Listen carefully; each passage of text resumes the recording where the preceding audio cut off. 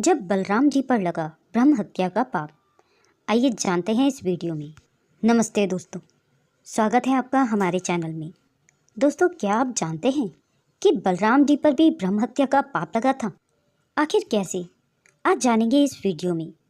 बात उस समय की है जब बलराम जी को जानकारी मिली कि कौरव और पांडवों में युद्ध की तैयारी हो रही है और इस भावी युद्ध में श्री कृष्ण का भी हाथ है, क्योंकि दुर्योधन उनका शिष्य था और समधी भी, और पांडव उनके भाई थे। इसी कारण से वे किसी का भी पक्ष नहीं लेना चाहते थे। इसलिए वे तीर्थ यात्रा पर चले गए। तीर्थ यात्रा करते करते वे नैमिषारण्य क्षेत्र में पहुंचे। वहां पर ऋषियों का दीर्घ काल से सत्संग चल रहा था। बड़े बड़े ऋषि महर्षि वहां विराजमान थे।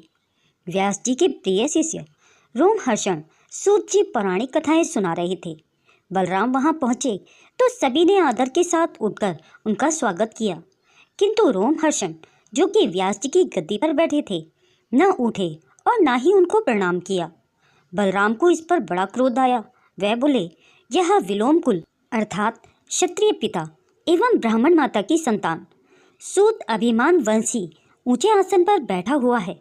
झूठे ज्ञान के घमंड में इसने मेरा अपमान किया है। इस उद्दंड को अवश्य दंड मिलना चाहिए। बलराम ने वहीं पर पड़ी कुर्सा की नोक से रोमहर्षण पर प्रहार किया। रोमहर्षण की मृत्यु हो गई। इस कृत्य को देखकर ऋषि मुनि हाय हाय करने लगे। वह बोले, भगवान, व्यास गद्दी पर तो हम लोगों ने ही इसे बिठाया था। आपने यह अच्छा नहीं किया। आपको ब्रह्म हत्या का पाप लगा है। आपको अब प्रायश्चित अवश्य ही करना चाहिए, अन्यथा संसार इसी का आचरण करने लगेगा। आपका जन्म धर्म की रक्षा के लिए हुआ है। बलराम ने कहा, आप चाहते हैं तो मैं रोमहर्षण को अभी जीवित किए देता हूँ। आपके कहे अनुसार प्रायश्चित भी करूँगा।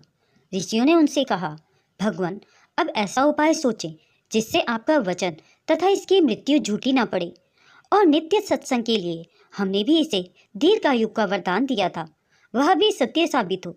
तब बलराम ने कहा, पुत्र में पिता की आत्मा एवं अंश होते हैं, अतः रोमहर्षण के पुत्र आपको कथा सुनाएंगे। मैं उन्हें अपनी शक्ति से दीर्घायु तथा बल देता हूँ।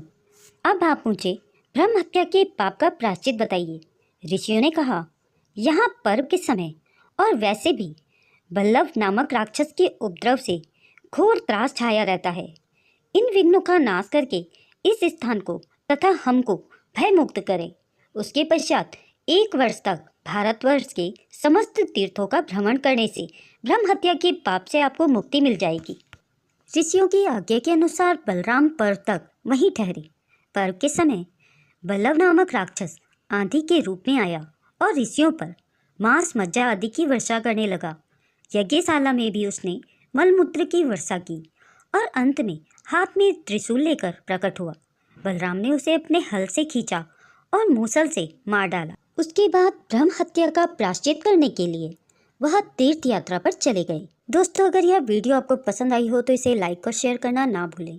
अगर आप मेरे चैनल में नए हैं और ऐसी ही रोचक कथाएं सुनना पसंद करते हैं तो मेरे चैनल को सब्सक्राइब करें। वीडियो को अंत तक देखने के लिए आप सभी का बहुत बहुत धन्यवाद।